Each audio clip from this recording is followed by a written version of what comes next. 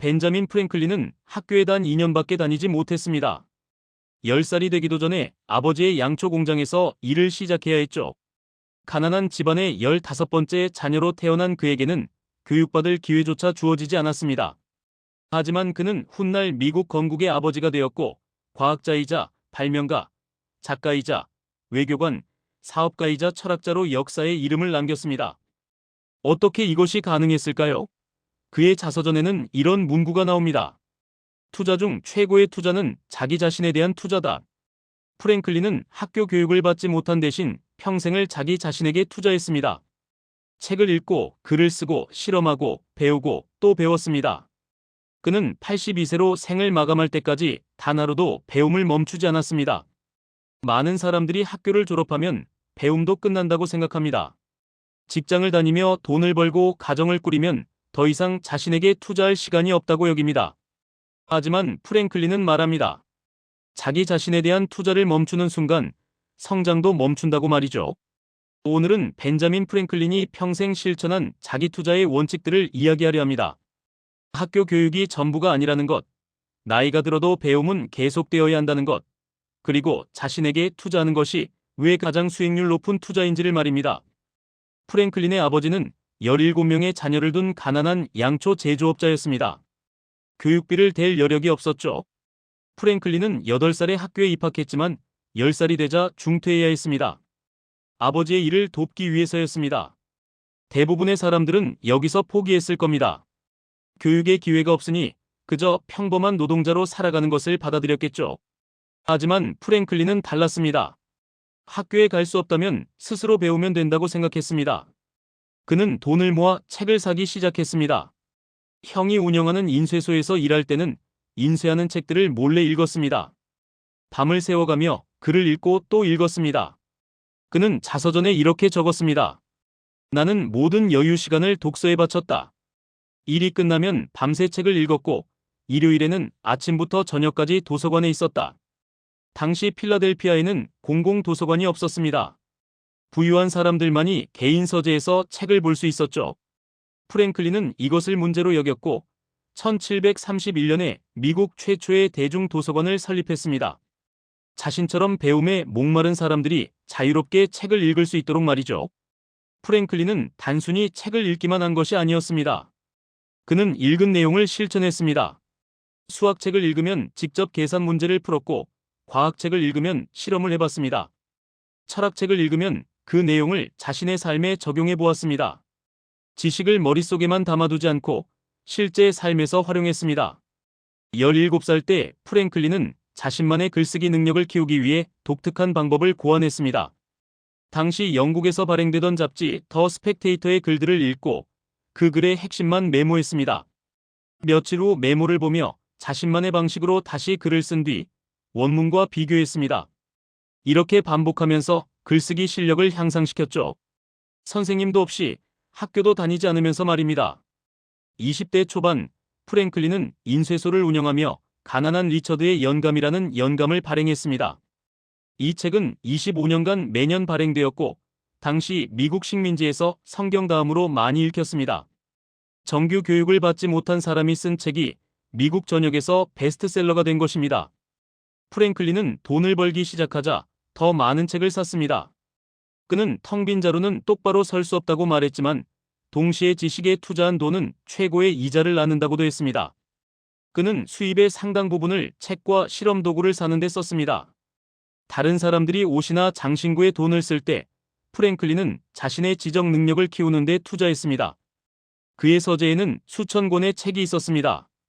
과학, 철학, 역사, 문학, 정치, 경제 등 모든 분야의 책을 읽었습니다. 한 분야의 전문가가 되는 것에 만족하지 않고 다방면의 지식을 쌓았습니다. 이런 폭넓은 지식이 훗날 그를 외교관으로, 정치가로, 발명가로 성공하게 만든 밑거름이 되었습니다. 프랭클린은 말했습니다. 경험은 비싼 학교지만 어리석은 자들은 다른 곳에서 배우지 못한다. 그는 자신의 경험뿐 아니라 책을 통해 다른 사람들의 경험도 배웠습니다. 역사책을 읽으며 과거 사람들의 실수를 배웠고 철학책을 읽으며 현자들의 지혜를 얻었습니다. 과학책을 읽으며 자연의 원리를 이해했습니다. 정규 교육을 받지 못한 것이 그에게는 오히려 축복이었을지도 모릅니다. 학교에서 정해준 커리큘럼이 없었기에 그는 자신이 원하는 것을 원하는 방식으로 배울 수 있었습니다. 교과서가 아닌 세상이 그의 교과서였고 선생님이 아닌 스스로가 자신의 가장 훌륭한 교사였습니다. 오늘날 많은 사람들이 학력을 핑계 삼습니다. 나는 좋은 대학을 나오지 못해서, 나는 전문 교육을 받지 못해서 하며 자신의 한계를 규정합니다. 하지만 프랭클린의 삶은 보여줍니다. 학교가 없어도, 선생님이 없어도, 돈이 없어도 자기 자신에게 투자할 수 있다는 것을 말입니다. 2부 평생 학습의 실천. 프랭클린은 42살에 사업에서 은퇴했습니다. 충분한 돈을 벌었기 때문이죠. 당시로서는 상당히 이른 나이였습니다. 하지만 그는 은퇴 후에도 쉬지 않았습니다. 오히려 더 열심히 공부하고 실험했습니다. 사업으로 벌어들이던 시간을 이제 온전히 자기 자신의 성장에 투자할 수 있게 되었으니까요. 그는 전기에 대해 연구하기 시작했습니다. 당시만 해도 전기는 미지의 영역이었습니다. 프랭클린은 직접 실험 도구를 만들고 수백 번의 실험을 반복했습니다. 그 결과 번개가 전기 현상이라는 것을 밝혀냈고 피뢰침을 발명했습니다. 정규 과학 교육을 받지 않은 사람이 과학사에 길이 남을 발견을 한 것입니다. 프랭클린은 이렇게 말했습니다. 나이가 들수록 더 많이 배워야 한다. 왜냐하면 남은 시간이 적기 때문이다. 대부분의 사람들은 나이가 들수록 배움을 멈춥니다. 이제 배울 나이가 지났어. 나이 먹고 뭘 새로 배워하며 자신의 성장을 포기합니다. 하지만 프랭클린은 정반대였습니다. 나이가 들수록 더욱 열심히 배웠습니다. 50대에 그는 프랑스어를 배우기 시작했습니다. 외교관으로 프랑스에 가게 될 것을 대비해서였죠. 60대에는 음악 이론을 공부했고 70대에는 새로운 인쇄 기술을 연구했습니다.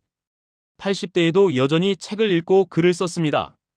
그는 생의 마지막 순간까지 배움을 멈추지 않았습니다. 그의 일기에는 이런 구절이 있습니다. 오늘 하루도 무언가 새로운 것을 배웠다. 내 인생에서 아무것도 배우지 못한 날은 하루도 없었다. 매일매일이 배움의 기회였습니다.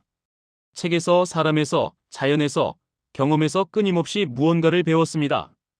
프랭클린은 평생 학습을 위해 체계적인 시스템을 만들었습니다.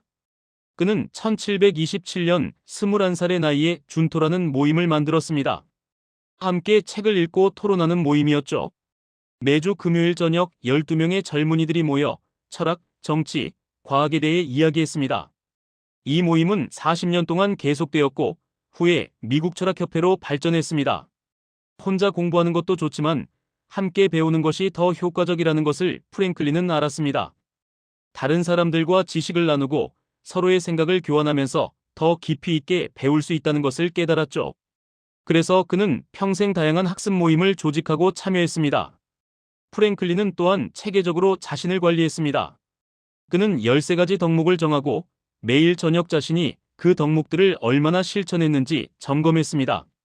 절제, 침묵, 질서, 결단, 검소, 근면, 성실, 정해, 중용, 청결, 평온, 순결, 겸손이 그 13가지였습니다. 일주일에 하나씩 집중적으로 실천하며 13주 후에는 다시 처음부터 반복했습니다. 이것은 일종의 자기개발 시스템이었습니다.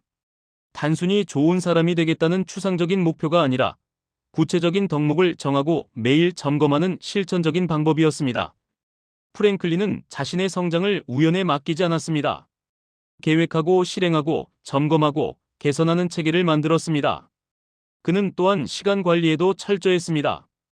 유명한 일찍 자고 일찍 일어나면 건강하고 부유하며 현명해진다는 말은 그의 것입니다. 그는 매일 새벽 5시에 일어나 오늘은 무슨 좋은 일을 할 것인가? 라고 자문했습니다. 그리고 저녁 10시에 잠들기 전에는 오늘 무슨 좋은 일을 했는가? 라고 되돌아봤습니다. 하루의 시간을 철저히 계획했습니다.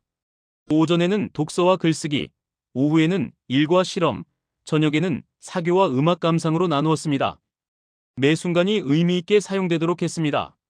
시간을 낭비하지 않았습니다.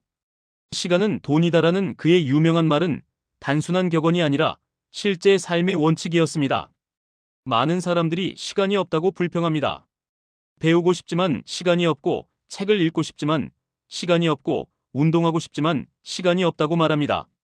하지만 프랭클린은 보여줍니다. 시간이 없는 것이 아니라 시간을 만들지 않는 것이라고 말입니다. 프랭클린은 사업가로, 발명가로, 정치가로, 외교관으로 바쁜 삶을 살았습니다. 그럼에도 불구하고 매일 몇 시간씩 책을 읽고 공부했습니다. 어떻게 가능했을까요? 그는 우선순위를 분명히 했습니다. 자기 자신에 대한 투자를 최우선으로 두었습니다. 다른 모든 것은 그 다음이었습니다. 그는 또한 효율적으로 배웠습니다. 이동하는 시간에도 책을 읽었고, 식사하면서도 대화를 통해 배웠습니다. 잠들기 전 30분은 반드시 그날 배운 것을 정리하는 시간으로 사용했습니다. 배움을 삶의 일부로 통합했습니다. 따로 시간을 내서 공부하는 것이 아니라 모든 순간이 배움의 기회가 되도록 만들었습니다. 오늘날 우리는 프랭클린보다 훨씬 좋은 환경에 있습니다. 인터넷으로 무한한 정보에 접근할 수 있고, 온라인 강의로 세계 최고의 교수들에게 배울 수 있으며, 전자책으로 언제 어디서나 책을 읽을 수 있습니다. 하지만 우리는 프랭클린만큼 배우고 있습니까? 환경은 좋아졌지만 의지는 약해졌습니다. 프랭클린은 평생 학습이 선택이 아니라 필수라고 생각했습니다. 세상은 끊임없이 변하고 새로운 지식이 계속 생겨납니다. 과거에 배운 것만으로는 충분하지 않습니다. 계속 배워야 합니다. 멈추는 순간 뒤처집니다. 그는 이렇게 말했습니다. 배움에 투자한 돈은 최고의 이자를 낳는다. 주식이나 부동산에 투자하는 것보다 자신의 지식과 능력에 투자하는 것이 훨씬 높은 수익을 가져다 준다는 뜻입니다. 지식은 아무도 빼앗아갈 수 없고, 시간이 지나도 가치가 떨어지지 않으며 모든 상황에서 활용할 수 있습니다. 3부 실용적 지식의 추구. 프랭클린은 단순히 책만 읽은 사람이 아니었습니다. 그는 배운 것을 반드시 실천에 옮겼습니다. 이론만 아는 것이 아니라 실제로 활용할 수 있는 실용적인 지식을 추구했습니다. 그가 발명한 것들을 보면 이를 알 수 있습니다. 피레침은 번개로부터 건물을 보호하기 위해 발명했습니다. 당시 많은 건물들이 낙뢰로 인해 화재가 발생했습니다. 프랭클린은 전기에 대한 연구를 통해 번개를 땅으로 안전하게 유도하는 방법을 개발했습니다. 순수한 과학적 호기심에서 출발했지만 결과는 매우 실용적이었습니다. 이중 초점 안경도 그가 발명했습니다. 나이가 들면서 가까운 것과 먼 것을 볼 때 각각 다른 안경이 필요했습니다. 불편함을 느낀 프랭클린은 두 종류의 렌즈를 하나의 안경에 결합시켰습니다. 자신의 불편함을 해결하기 위한 발명이었지만 전 세계 수많은 사람들이 혜택을 받게 되었습니다. 프랭클린 난로도 그의 발명품입니다. 당시 난방은 매우 비효율적이었습니다. 벽난로는 열의 대부분이 굴뚝으로 빠져나갔죠. 프랭클린은 열효율을 높인 새로운 난로를 설계했습니다. 적은 연료로 더 많은 열을 낼 수 있었습니다. 이건 역시 실용적인 문제를 해결하기 위한 발명이었습니다. 흥미로운 것은 프랭클린이 이 모든 발명에 대해 특허를 신청하지 않았다는 점입니다. 그는 이렇게 말했습니다. 우리가 다른 사람들의 발명으로 많은 혜택을 누리듯 우리도 다른 사람들에게 도움이 되어야 한다. 돈을 벌기 위해 발명한 것이 아니라 사회에 기여하기 위해 발명한 것입니다. 프랭클린의 실용주의는 그의 모든 활동에 스며 있었습니다. 그가 설립한 도서관은 지식을 독점하지 않고 나누기 위해서였습니다. 그가 만든 소방서는 화재로부터 도시를 보호하기 위해서였습니다. 그가 조직한 민병대는 외부의 공격으로부터 식민지를 지키기 위해서였습니다. 그가 개선한 도로는 사람들의 이동을 편리하게 하기 위해서였습니다. 그는 배운 지식을 자신만 간직하지 않았습니다. 글을 써서 널리 퍼뜨렸습니다. 가난한 리처드의 영감에는 그가 배운 지혜들이 짧은 격언 형태로 담겨 있었습니다. 일찍 자고 일찍 일어나면 건강하고 부유하며 현명해진다. 시간은 돈이다. 오늘 할 수 있는 일을 내일로 미루지 마라 등 오늘날까지도 인용되는 명언들이 모두 이 책에서 나왔습니다. 프랭클린은 지식을 실천으로 옮기는 것의 중요성을 강조했습니다.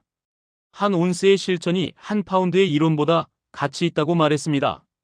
아무리 많이 알아도 실천하지 않으면 의미가 없다는 뜻입니다. 그는 자신이 배운 모든 것을 삶에 적용했습니다. 경제학을 공부하면서 검소의 중요성을 배웠고 실제로 검소하게 살았습니다. 건강에 대해 배우면서 규칙적인 생활의 중요성을 깨달았고 실제로 규칙적인 생활을 했습니다. 윤리학을 공부하면서 정직의 가치를 알았고 실제로 정직하게 살았습니다. 지식과 삶이 분리되지 않았습니다. 그는 또한 실패를 두려워하지 않았습니다. 수많은 실험을 했고 그중 많은 것들이 실패했습니다. 하지만 그는 실패해서 배웠습니다. 실패한 사람이 아니라 시도하지 않은 사람이 진짜 실패자다라고 말했습니다. 실패는 배움의 과정이지 끝이 아니라는 것을 알았습니다. 번개 실험은 매우 위험했습니다. 실제로 같은 실험을 시도한 다른 과학자들이 감전사하기도 했습니다. 하지만 프랭클린은 신중하게 준비하고 안전장치를 마련한 후 실험을 진행했습니다. 위험을 무릅쓰되 무모하지는 않았습니다. 계산된 위험을 감수했습니다. 프랭클린은 실용적 지식이 곧 힘이라고 믿었습니다. 그는 실제로 활용할 수 없는 지식은 죽은 지식이라고 여겼습니다.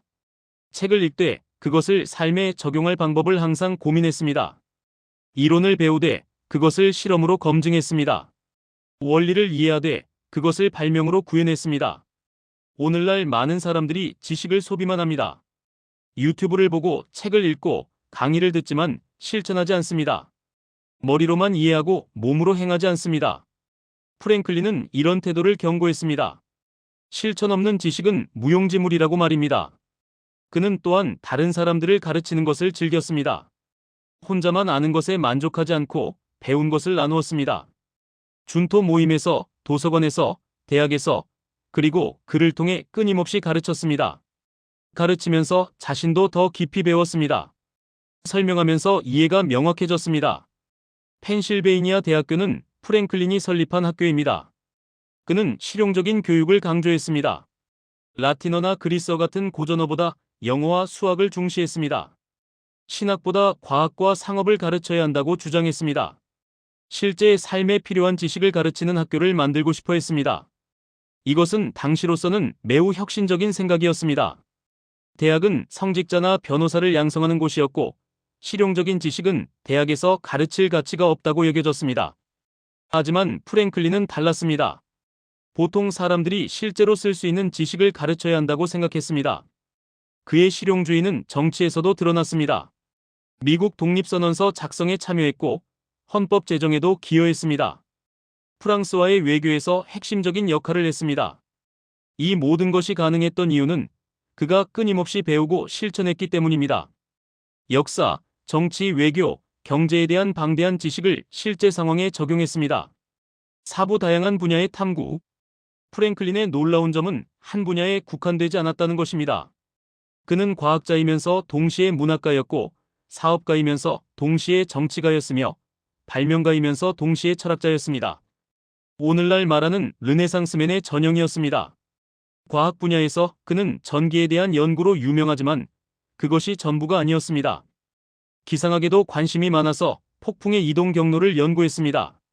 해양학에도 흥미를 가져 걸프 스트림의 흐름을 최초로 지도화했습니다. 인구학에서도 업적을 남겨 미국 인구 증가에 대한 논문을 발표했습니다. 문학 분야에서는 자서전을 남겼는데 이것은 미국 문학사에서 가장 중요한 작품 중 하나로 평가받습니다. 수많은 에세이와 편지를 썼고 그의 글은 명료하고 재치 있기로 유명했습니다. 가난한 리처드의 영감을 통해서는 대중문학의 새로운 장을 열었습니다. 사업 분야에서는 인쇄업으로 성공을 거뒀습니다. 신문을 발행하고 책을 출판하고 정부 문서를 인쇄하면서 상당한 부를 축적했습니다.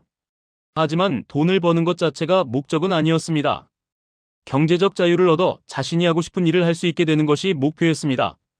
정치 분야에서는 펜실베이니아 의회 의원, 우체국장, 외교관 등을 역임했습니다. 미국 독립에 결정적인 역할을 했고 건국의 아버지 중 한 명으로 인정받고 있습니다. 헌법제정회의에서 가장 나이 많은 참석자였지만 가장 지혜로운 조언을 한 사람 중 하나였습니다. 외교 분야에서는 프랑스 주재 미국 대사로서 프랑스의 지원을 이끌어냈습니다. 그의 외교적 수완이 없었다면 미국의 독립은 훨씬 어려웠을 것입니다. 프랑스어를 배우고 프랑스 문화를 이해하고 프랑스 지식인들과 교류하면서 프랑스를 설득했습니다. 이렇게 다양한 분야에서 성공할 수 있었던 비결은 무엇일까요? 그것은 바로 끊임없는 배움이었습니다. 프랭클린은 새로운 분야에 도전할 때마다 그 분야를 깊이 공부했습니다. 겉핥기식으로 배우지 않고 전문가 수준으로 파고들었습니다. 외교관이 되기로 했을 때는 국제관계와 외교 프로토콜을 공부했습니다. 정치가가 되기로 했을 때는 정치 이론과 역사를 탐구했습니다. 과학자로서 활동할 때는 당대 최고의 과학 논문들을 읽었습니다. 어느 분야든 진지하게 접근했고 철저히 준비했습니다. 프랭클린은 전문화의 시대가 오기 전 사람이었습니다. 오늘날에는 한 분야의 전문가가 되는 것도 어렵습니다. 의사는 의학만, 변호사는 법률만, 엔지니어는 공학만 알면 됩니다. 하지만 프랭클린의 시대는 달랐습니다. 한 사람이 여러 분야를 섭렵할 수 있었고 그렇게 하는 것이 오히려 권장되었습니다. 그렇다면 오늘날 우리는 프랭클린처럼 다양한 분야를 배울 수 없을까요? 꼭 그렇지는 않습니다. 전문성을 유지하면서도 다른 분야에 관심을 가질 수 있습니다. 의사가 경제를 공부할 수 있고 엔지니어가 인문학을 탐구할 수 있으며 사업가가 예술을 감상할 수 있습니다. 프랭클린은 말했습니다. 텅 빈 자루는 똑바로 설 수 없다. 한 분야만 아는 사람은 좁은 시야를 가질 수밖에 없습니다. 다양한 분야의 지식을 가진 사람이 더 창의적이고 더 유연하며 더 지혜롭습니다. 서로 다른 분야의 지식이 만나면 새로운 통찰이 생깁니다. 프랭클린이 전기를 발견할 수 있었던 것도 다양한 지식 덕분이었습니다. 물리학뿐 아니라 화학, 수학, 기계공학의 지식이 있었기에 전기 현상을 이해하고 활용할 수 있었습니다. 피뢰침을 발명할 수 있었던 것도 건축에 대한 이해가 있었기 때문입니다. 그가 뛰어난 외교관이 될 수 있었던 것도 단순히 정치만 아는 것이 아니라 과학, 문학, 철학, 예술을 모두 이해했기 때문입니다. 프랑스 지식인들과 과학에 대해 토론하고 볼테르와 철학을 논하고 귀족들과 예술을 감상할 수 있었습니다. 다재다능함이 그의 외교적 자산이었습니다. 프랭클린은 호기심이 많았습니다. 세상의 모든 것이 그에게는 배움의 대상이었습니다. 길을 걷다가 새로운 식물을 보면 그것에 대해 알아보았고 하늘을 보며 날씨의 변화를 관찰했으며 사람들과 대화하며 인간 본성을 탐구했습니다. 모든 순간이 학습의 기회였습니다. 그는 특히 질문하는 것을 좋아했습니다. 준토 모임에서는 매주 토론 주제를 정하고 서로 질문하고 답하는 시간을 가졌습니다. 이것은 왜 그런가?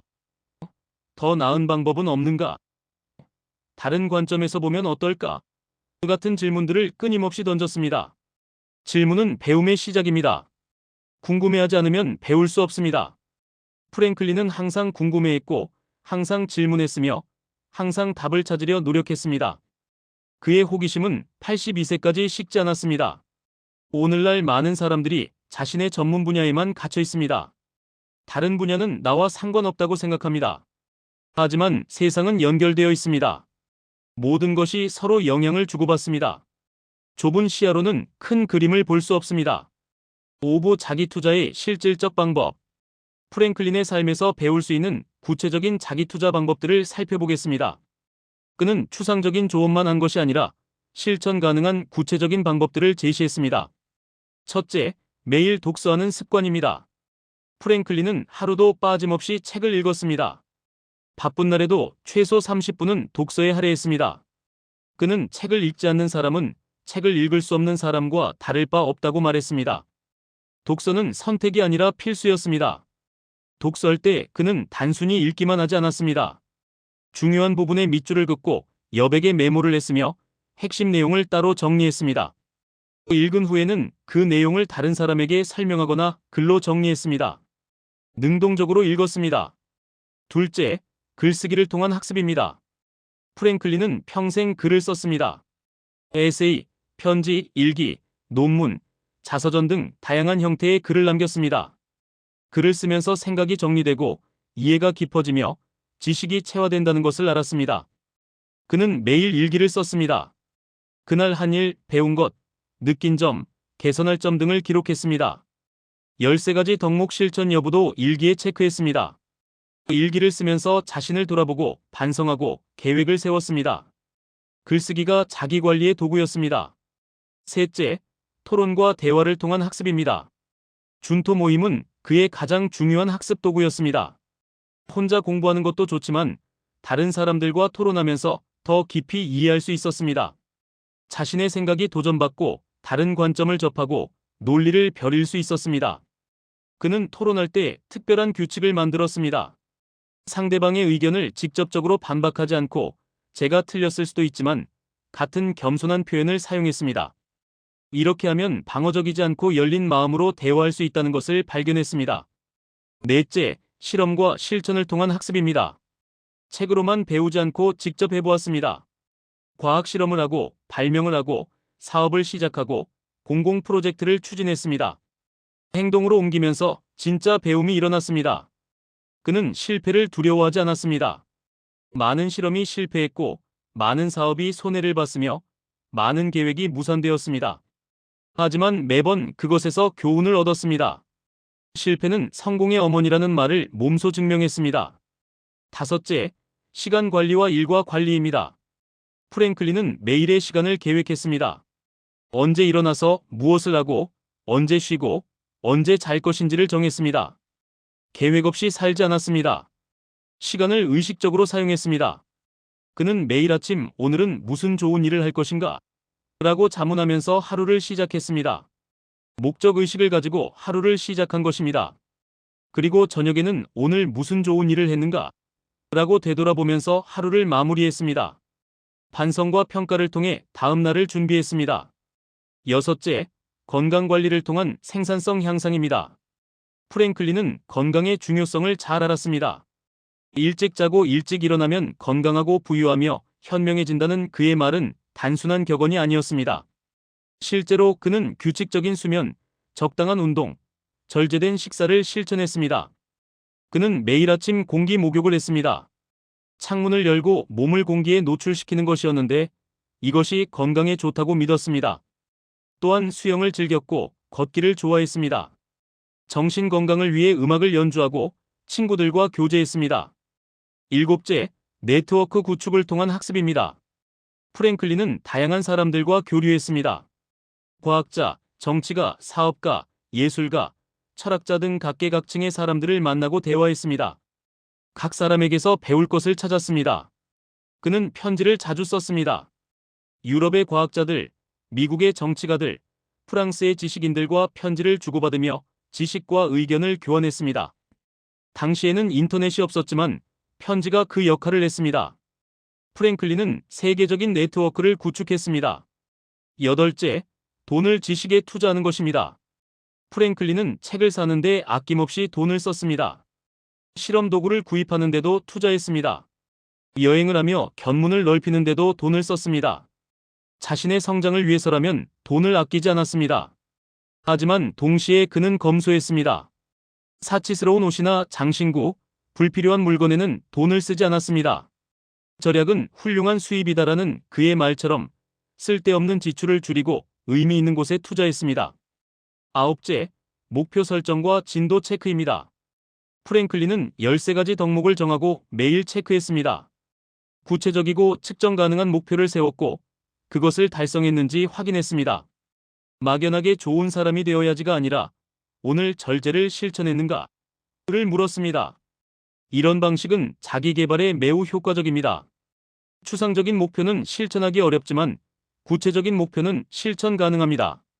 프랭클린의 13가지 덕목 시스템은 오늘날 자기개발 방법론의 선구적인 예입니다. 열째, 평생 학습의 마인드셋입니다. 프랭클린은 나이와 상관없이 항상 배웠습니다. 50대에 새로운 언어를 배우고 60대에 새로운 악기를 배우고 70대에 새로운 기술을 배웠습니다. 나이가 들어서 배울 수 없다는 핑계를 대지 않았습니다. 그는 자신을 완성된 존재로 여기지 않았습니다. 항상 개선의 여지가 있다고 생각했고 더 나은 사람이 되기 위해 노력했습니다. 이런 성장 마인드셋이 그를 끊임없이 발전하게 만들었습니다. 육부 현대인에게 주는 교훈. 프랭클린이 살았던 18세기와 우리가 사는 21세기는 완전히 다른 세상입니다. 하지만 자기 자신에 대한 투자라는 원칙은 여전히 유효합니다. 아니, 오히려 더욱 중요해졌습니다. 오늘날 세상은 빠르게 변합니다. 새로운 기술이 등장하고 새로운 직업이 생기고 기존의 것들이 사라집니다. 학교에서 배운 지식만으로는 평생 살아갈 수 없습니다. 계속 배워야 합니다. 멈추는 순간 뒤처집니다. 프랭클린은 평생 학습의 중요성을 강조했습니다. 오늘날에는 이것이 선택이 아니라 생존의 문제가 되었습니다. AI, 빅데이터, 블록체인 같은 새로운 기술들을 이해하지 못하면 시대에 뒤떨어집니다. 계속 배우는 사람만이 살아남습니다. 하지만 좋은 소식도 있습니다. 프랭클린 시대보다 배우기 훨씬 쉬워졌습니다.